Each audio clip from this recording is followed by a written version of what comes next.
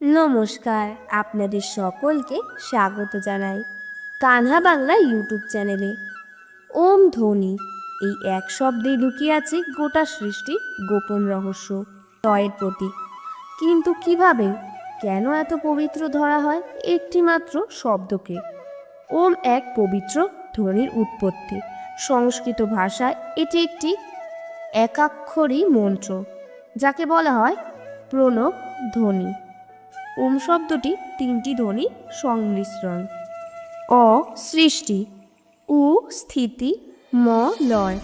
এই তিনটি ধ্বনির মিলেই তৈরি হয় মহাশব্দ ওম, যা সৃষ্টির তিন স্তর, যার মধ্যে সৃষ্টিকর্তা, সৃষ্টি ও সমস্ত জীবের চেতনা বিদ্যমান।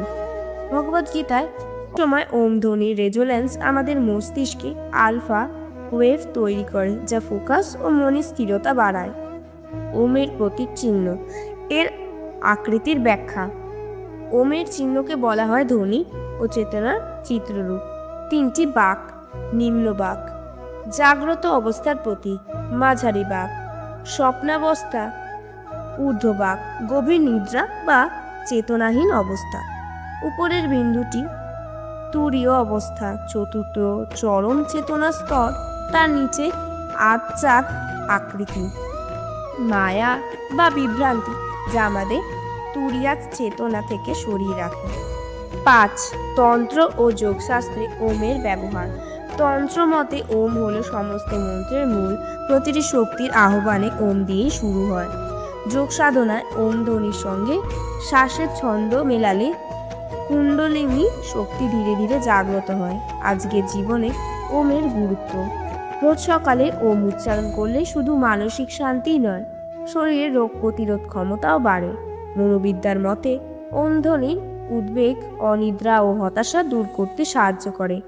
একটি শব্দ যার কোনো ভাষাগত সীমা নেই, ধর্মের গণ্ডিও নেই। এটি এক ধ্বনি যা আমাদের নিজস্ব আত্মার সঙ্গে পুরো সৃষ্টিকে যুক্ত করে। সেই ধ্বনি ওম।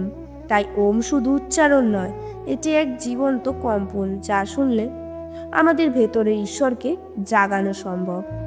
আপনি যদি এই ভিডিও থেকে নতুন কিছু জেনে থাকেন, তাহলে কমেন্টে লিখুন ওম এবং জানিয়ে দিন আপনার জীবনে এই ধ্বনির প্রভাব কেমন।